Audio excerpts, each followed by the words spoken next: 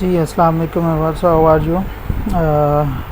आज की जो वीडियो है उसमें हम माइक्रोसॉफ्ट एक्सेल का जो नेक्स्ट पार्ट है उसके बारे में बात करेंगे। नेक्स्ट पार्ट जो किस चीज़ के जैसे फर्स्ट पार्ट में हमने बात की थी इंट्रोडक्शन टू माइक्रोसॉफ्ट एक्सेल, जिसमें बेसिक चीज़ें जो हैं cell reference, cell address, column और रोज़ वगैरह की बात की थी। इसके अंदर हम थोड़ा सा जो है वो फॉरवर्ड मूव करेंगे और उससे हम फंक्शंस के बारे में बात करेंगे, फार्मूलाज के बारे में बात करेंगे, लेकिन वो भी इंट्रोडक्टिव जो है वो वीडियो के तौर पे।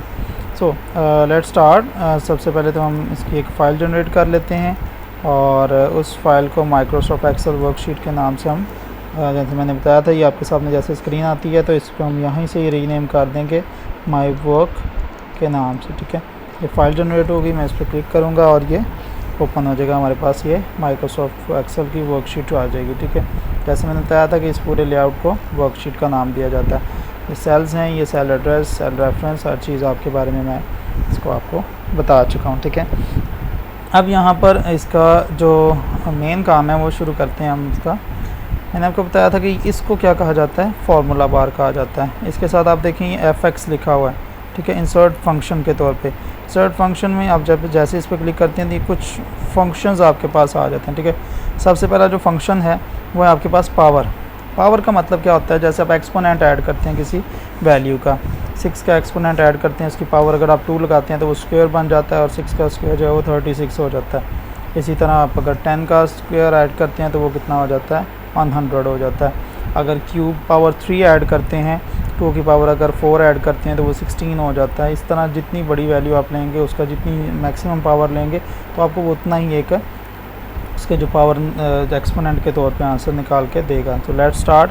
मैं इस पर क्लिक कर रहा हूँ, ओके, ये पावर सिलेक्टेड है और मैंने ओके पे क्लिक किया, ये हमारे पास आ गया। ये वो अब हमें पूछ रहा है कि नंबर यानी कि जिस नंबर की आप पावर या एक्सपोनेंट फाइंड करना चाह रहे हैं वो नंबर ऐड करने। लेट्स सपोज मैं यहाँ पर लिख देता हूँ 4, अब बड़ा नंबर भी लिख सकते हैं और यहाँ पे उसकी पावर जो है मैं 2 लिख रहा हूँ। ठीक है, यहाँ पे आप नीचे देखें पहले ही हमें नज़र आ जाता है 16 लिखा हुआ और वो वहाँ पर भी आपको शो करता है। ठीक है, लेकिन फार्मूला अप्लाई किया जा रहा है। और इसके साथ साथ आप यहाँ देखें ये फार्मूला बार के अंदर मैंने बताया था जो भी हम कोई फंक्शन परफॉर्म कर रहे होते हैं किसी भी सेल के अंदर, वो आपको यहाँ फार्मूला बार में पूरा शो हो रहा होता है। तो मैंने यहाँ पे नंबर लिखा, उसने ये पावर का फंक्शन लगाया और हर फार्मूला या फंक्शन जो है वो इक्वल के साइन से स्टार्ट होता है, ये आपने याद रखना। ठीक है, इक्वल साइन, पावर फंक्शन और ये जो ब्रैकेट है उसके अंदर आप लिख लेंगे 4 एंड कॉमा 2। 4 का मतलब है कि ये वो नंबर है, ठीक है, जिसका आपने पावर लेनी है, और 2 क्या है, वो एक्सपोनेंट और पावर है। ठीक है, अच्छा जी, यहाँ पे आपको 16 नज़र आ रहा है। लेट्स मैं चेंज कर देता हूँ, 2 की बजाय मैं 3 कर देता हूँ। देखिए 64 हो गया। 4 करता हूँ तो ये 256 हो गया। 5 करता हूँ तो 1024। 6 करते हैं तो 4096। मतलब जैसे जैसे हम पावर को, नंबर को इंक्रीज़ करेंगे वैसे वैसे आपका जो नंबर है वो इंक्रीज़ होता जाएगा। ठीक है, तो मैं यहाँ पर इसकी पावर 5 लगा देता हूँ। ठीक है, 1024, ये इसकी पावर आ गई। अब मैं ओके कर रहा हूँ, ये देखें। अब एक चीज़ आपने नोट करनी, जो सेल है आपको, जो वर्कशीट है उसके अंदर आपको जो चीज़ नज़र आ रही है वो यहाँ पर सिर्फ़ और सिर्फ आंसर नज़र आ रहा है। ठीक है, लेकिन जैसे ही मैं इस पर क्लिक करता हूँ तो आपको फंक्शन ऊपर ये नज़र आना शुरू हो जाएगा। ठीक है, फार्मूला बार के अंदर आप देख रहे हैं वो लिखा हुआ फार्मूला बार, उसमें हमारे पास फंक्शन शो होना शुरू हो गया। ये हमारे पास एक पावर जो है वो फंक्शन का यूज़ है। उसके बाद जब मैं नेक्स्ट किसी भी सेल पे क्लिक करता हूँ और उसमें मैं एक और फंक्शन ऐड करने की कोशिश करता हूँ, यहाँ FX पे दोबारा हम क्लिक करेंगे, ये आ गया आपके पास SQRT। This is the short form of the square root. ठीक है, स्क्वायर रूट आपको पता है, एक वैल्यू जो भी हम लेते हैं उसका स्क्वायर रूट निकालना होता है, मतलब उसको हाफ करके, यानी जिस नंबर को जिससे मल्टीप्लाई करें आप इसे आपको आइडिया है। ओके, लेट्स सपोज मैं अब लिखता हूँ 1024, इसका मैं स्क्वायर रूट निकालना चाह रहा हूँ। ये आपके पास नीचे जो है वो 32 इसका आंसर आ रहा है। ठीक है, इसके अलावा अगर कोई ऐसा नंबर जिसका आपको पता हो, 36 लिख देता हूँ तो आपको 6 वो लिखा नज़र आ जाएगा, यानी स्क्वायर का ऑपोजिट जो है स्क्वायर रूट होता है। ठीक है, और इसी तरह अगर मैं 81 लिखता हूँ तो 9 आ जाएगा।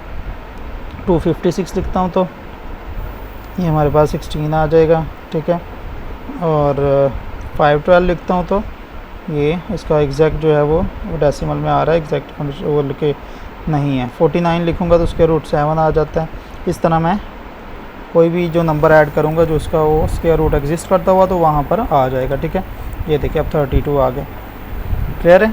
तो ये हमारे पास ये सेकंड फंक्शन आ गया जो कि क्या था, स्क्वायर रूट का, और इसको शॉर्टली SQRT और ये 1024 हम लिखते हैं। ओके, अब मैं इसको सेलेक्ट कर लेता हूँ। ये तो मैं आपको क्योंकि बता रहा हूँ तो रैंडमली मैं इसको सेलेक्ट कर रहा हूँ, but you have to add it the form of PL1। Okay, so click on the next cell, function fx, ये आपके पास सम आ गया। ठीक है, सम, अब मैं सम कर रहा हूँ तो यहाँ पर ये ऑप्शन दे रहा है नंबर 1। ओके, लेट्स स्टार्ट, लिखता हूँ 12।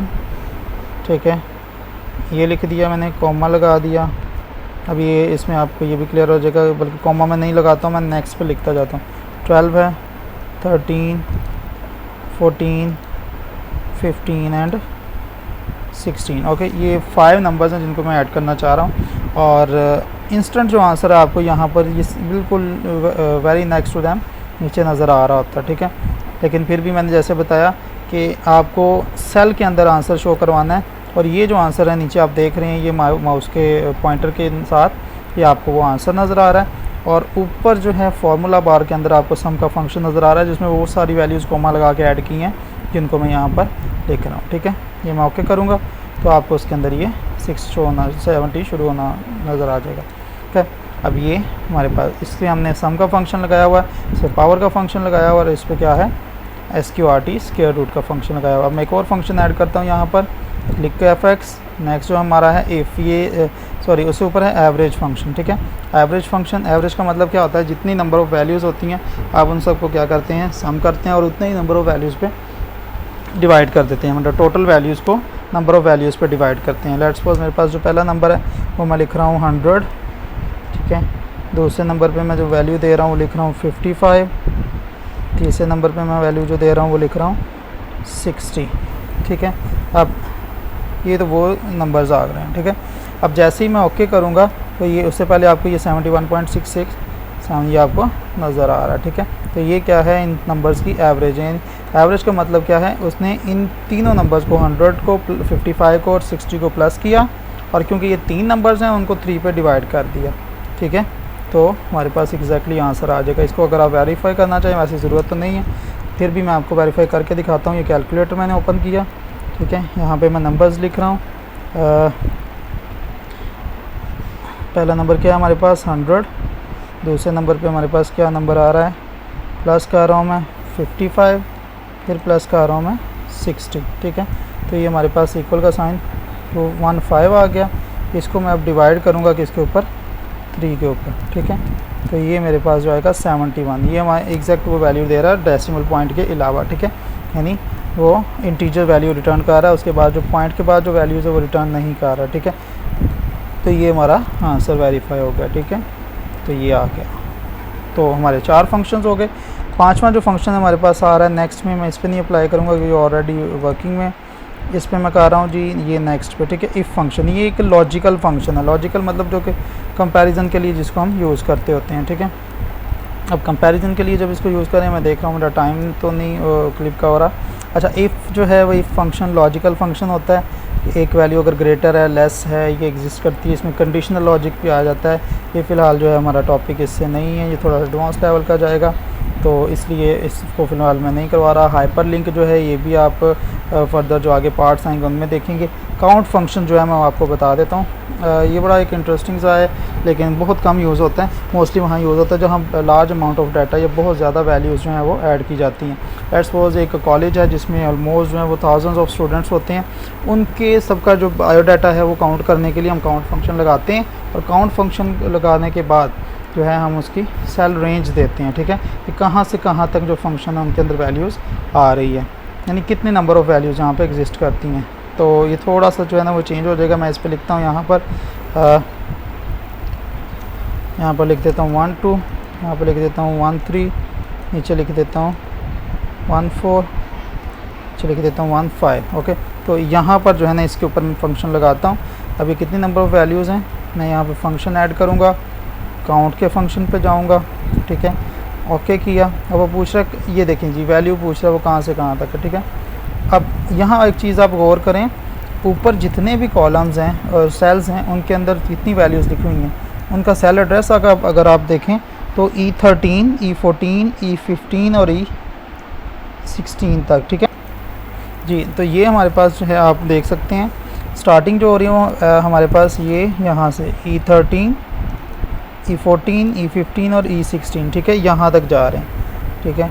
लेकिन इसको मैं दोबारा कैंसिल करता हूँ, मैं इसके वेरी नेक्स्ट यहाँ पर अप्लाई कर रहा हूँ काउंट फंक्शन को, ठीक है। मैंने ओके किया, मेरे पास आ गया। और ये आप देखें वैल्यू 1 के अंदर उसने ऑलरेडी उसकी रेंज दी हुई है, ठीक है। मैंने आपको शुरू में बताया था पहले पार्ट में कि जो selecting more than one cell that is called the cell range, ठीक है। अब देखें E13 से E16 तक उसने ऑटोमेटिकली दे दिया और उसकी वैल्यू जो उनके अंदर एग्जिस्ट कर रही है वो भी उसने यहाँ लिख दी है 12, 13, 14 एंड 15। और ये कितनी नंबर ऑफ़ वैल्यूज़ हैं, ये 4 नंबर ऑफ़ वैल्यूज़ हैं, ठीक है। तो ये मैं इस पर क्लिक करता हूँ तो हमें यहाँ पे 4 आंसर जो नज़र आना शुरू हो जाएगा। अब ये किस लिए यूज़ होता है मैंने बताया, जहाँ लार्ज नंबर ऑफ़ वैल्यूज़ होती है, लार्ज नंबर ऑफ़ पीपल या डाटा बहुत ज़्यादा लोगों का होता है, तो वहाँ हमने ये देखने के लिए कि ये टोटल कितनी वैल्यूज़ हैं, तो उसके लिए हम जो है ना वो लास्ट पे सेल ये काउंट फंक्शन ऐड करते हैं। तो जितने भी नंबर ऑफ़ वैल्यू स्टूडेंट्स या जो भी होता है वो उसको हमें लिख के शो करवा देता है कि इतनी वैल्यू जो है ना आपने यहाँ पर ऐड की हुई हैं, ठीक है। तो ये जो काम है हमारे पास ये काउंट फंक्शन का। ओके, तो नेक्स्ट मैं एक और सेल सेलेक्ट कर रहा हूँ, उस पर मैं जो है आपको अब नेक्स्ट फंक्शन अप्लाई करके दिखाता हूँ। ये मैक्सिमम पावर पे, मैक्सिमम वैल्यू पे returns the largest value in a set of values, ignores logical values and text और लॉजिकल वैल्यू के अलावा जो है वो आपको जितनी भी वैल्यूज़ उनमें से मैक्सिमम वैल्यू को वो शो करवाता है, ठीक है। अब मैं यहाँ पर लगाता हूँ और इन्हीं वैल्यूज़ पे जो है ना मैं फंक्शन लगाऊँगा, यही सेम फंक्शन लगाऊँगा, ठीक है। ये मैक्सिमम पे क्लिक करता हूँ, अब वो रेंज पूछेगा मुझसे। नंबर 1 मैं यहाँ पर सेल रेंज दे देता हूँ E13 से E16 तक, ठीक है। ये मैंने रेंज लिख दी है, समझ आया आपको। देखिए बजाय इसके कि मैंने 1 नंबर, 2 नंबर, 3 नंबर, आप चाहें तो एक तो ये कर सकते हैं, ये मैं पहले आपको वो करके दिखा देता हूँ। पहला नंबर है जी 12, दूसरा 13, तीसरा 14 और पांचवा 15, ये हमारे पास आ गया। अब उसने देखेंगे लार्जेस्ट नंबर जो मैक्सिमम नंबर है वो उसने हमें यहाँ पे रिटर्न कर दिया 15। ये तो था हमारा जो नंबर्स थे, ठीक है, जो हमने नंबर्स ऐड किए थे ये उनकी वैल्यू उसने दे दी। लेकिन एक और तरीका है कि आप अगर नहीं लिखना चाहते तो मैं यहाँ पे सेल रेंज उसी तरह लिख देता हूँ जैसे मैंने अभी लिखा था E13 और कॉलन लगाएंगे, उसके बाद हमारे पास E16 आ जाएगा। E13 से E16 के दरमियान जितनी वैल्यूज़ उनके अंदर जो मैक्सिमम नंबर होगा वो उसने 15 हमें यहाँ पे शो करवा दिया, ठीक है। तो यहाँ पर मैंने उसका मैक्सिमम फंक्शन भी ऐड कर दिया, ठीक। दिस वेरी इजी, लेकिन ये थोड़ा सा आपको जो है ना इस पर टाइम निकाल के इसको देखना पड़ेगा। और सिर्फ देखने से हमें चीज़ नहीं आती होती, हमें उसके अलावा जो है वो खुद भी ट्राई करना पड़ता है। जब तक आप खुद ट्राई नहीं करेंगे किसी भी चीज़ को आपको अच्छी तरह से वो नहीं आएगी। Okay, so apply the next function, click on the this value, go to the sign. ये है जी हमारे पास जो चीज़ आती है ये हमें अप्लाई करनी पड़ती है ट्रिग्नोमेट्रिक फंक्शन पर, ठीक है, क्योंकि ये एंगल्स पे ज़्यादातर ये यूज़ किया जाता है। ये हम इसको नेक्स्ट जो हमारा पार्ट होगा उसके अंदर डिस्कस करेंगे। और एक और चीज़ जो है मैं आपको बताऊं, यहाँ पर जितनी भी वैल्यूज़ हैं मैं इनको सबको सम करना चाह रहा हूँ। मैं इन सबको सिलेक्ट करूँगा, ठीक है, ये कैंसिल हो गया है। यहाँ पर मैं लगाऊँगा ऑटो सम का एक फ़ंक्शन है हमारे पास। यहाँ पे फार्मूला बार में हम जाएंगे, ये जितने भी फंक्शन मैंने डायरेक्ट यहाँ से निकाले हैं ये फार्मूला पे जाएं, यहाँ पे वो फंक्शंस आपको नज़र आ जाएंगे। ये तो है, ये मोस्ट रिसेंटली यहाँ आप देखें यूज़ हैं, ये मैथमेटिक्स या अरिथमेटिक फंक्शन इनको कहा जा सकता है, कुछ लॉजिकल भी आते हैं। हज़ारों किस्म के जो फंक्शंस हैं हम इनके अंदर लगा सकते हैं। ये all type function, financial function, date and time function, maths and trigonometric, statistical function, local and references, database, text, logical, information, और ये इसके बाद इंजीनियरिंग है, क्यूब है, कंपैटिबिलिटी एंड वेब, ये इनकी कैटेगरीज़ हैं। और हर कैटेगरी के अंदर स्टैटिकल अगर मैं करूँ तो ये देखें आप कितने सारे जो है ना वो फंक्शंस इसके अंदर आ रहे हैं। जो स्टैट्स के स्टूडेंट्स हैं उनको इनके बारे में आइडिया होगा। उसके बाद अगर मैं यहाँ पे करूँ इंजीनियरिंग में तो उसके जो ये जो फंक्शंस हैं ये इनके अंदर यूज़ होते हैं, ये सारे फंक्शन। उसके बाद अगर मैं कंपैटिबिलिटी पे करूँ तो ये फंक्शन मीन्स के हर कैटेगरी के अंदर लॉट ऑफ फंक्शन जो है वो एग्जिस्ट करते हैं। तो हमारे पास ये जो सिंपल जो नॉर्मली वर्किंग में आते हैं, यूज़ में आते हैं, उन फंक्शंस की हम बात कर रहे हैं, ठीक है। तो इसको मैं क्लोज़ कर रहा हूँ। तो यहाँ पे मैं ऑटो सम की ऑप्शन जो है ना उस पर लगा रहा हूँ। जैसे मैं 1 इसको लिखता हूँ, 2, 3, 4 एंड 5, ठीक है।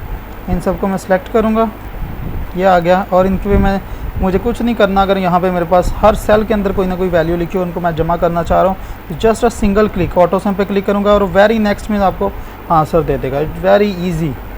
तब अब थाउजेंड्स ऑफ सेल्स के अंदर अगर आप डाटा ऐड करते हैं, मैं इसमें लिख रहा हूँ जहाँ पर भी, तो ये देखें, ये आपके सामने मैं ऐड कर रहा हूँ, ये इनके अंदर वैल्यूज़ ऐड कर रहा हूँ, ठीक है। अब इन सबको मैं सिलेक्ट करूँगा और जस्ट अ सिंगल क्लिक आपको उन सब का आंसर मिल जाएगा। It's very easy and very interesting, ठीक है। तो this is the function of the auto some. Hope आपने इसको जो है अंडरस्टैंड किया होगा, आपको अच्छा लगा होगा।